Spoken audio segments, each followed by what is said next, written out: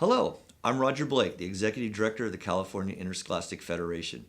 Thank you for joining us on this webinar, and today I'd like to discuss the upcoming Federated Council meeting being held January 29th and 30th at the Burbank Airport Marriott. All of you should have received by now your PDF portfolio with all of the agenda backup materials. There are several important topics on this agenda that I want to review with you in advance today. First off, this is a two-day meeting, so we urge you to make your travel plans accordingly. We anticipate being able to adjourn by 11 a.m. on Saturday morning. The first item is our action item, which is clarifying bylaws 204, 207, and 213 regarding homeless students and McKenty-Vento Act. We believe this language that's being added to the bylaw is to help clarify and make it easier to understand for our students and our schools that have to implement the bylaw. This meeting will also feature several very important roundtable discussions. These discussions are vital to us as an organization because we are such a large and diverse state. We need to hear from you, those who work at the schools and in the school districts, to gain direction, your thoughts, and where we go in the future for the CIF.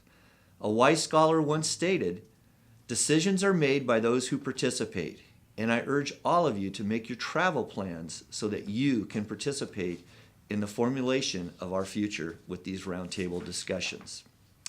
These roundtable discussions will be taking place both on Friday afternoon and on Saturday morning.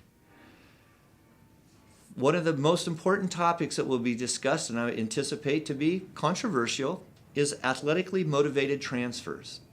This language was added to our bylaws back in the early 2000s, and many questions have arisen over the past several years regarding athletically motivated transfers, how it is implemented, and how do we deal with it. A second important topic will be our calendars, the calendar of events, the calendars for our playoffs at both the section and at the state level. Our school calendars have moved up, with many schools, in fact the majority of the schools in the state of California, opening during the month of August, some as early as August 1st. Yet our athletic calendars have continued to stay in place with their dates, beginning dates, being much later. And at the end of the school year, some of our dates, again, happen well after many of our schools have graduated. Topic of the roundtable discussion will be how do we implement and make those changes statewide for not only state events, but all 10 sections. Some of our sections, as you know, have already begun this discussion. Another topic for discussion at this meeting and roundtable will be the placement of schools and teams into our state playoffs.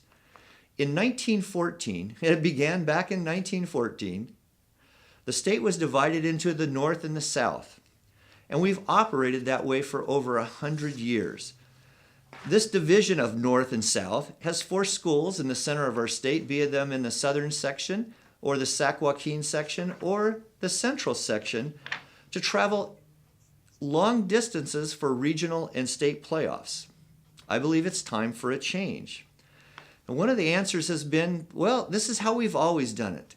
Well, I don't think that holds true today. We need to take steps to make changes so that schools in the center of the state are traveling appropriate distances for their regional and state playoffs.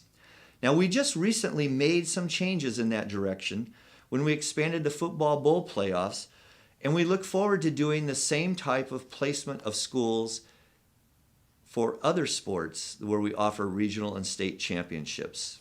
Lastly, you've seen numerous press releases and emails that we've sent out to you regarding the partnership between the CIF, the California Department of Education, California Special Olympics, and the U.S. Paralympic Committee.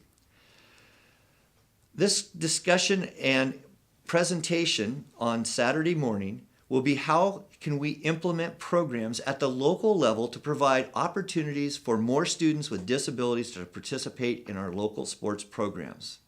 I want to be very clear, this session will not be a session just to make everyone feel good.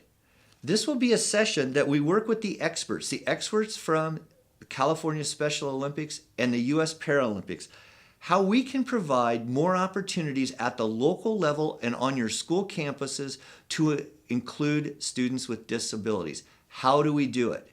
How do we do it in a simple and easy fashion? We'll also at this session review and go through materials that are available today on the CIF website to help our schools implement these vital and important programs for the students of California. I want to close today's webinar with thanking all of you for your continued dedication to education-based athletics in California. You, Federated Council, our schools, you are the CIF. You are the policy makers. You are the decision makers. And we have over 800,000 student athletes participating in our high schools in California that are counting on all of us to come up with and develop good policies and make good decisions so that they too can continue to enjoy the thrill of healthy competition. Thank you, and I look forward to seeing all of you in Burbank.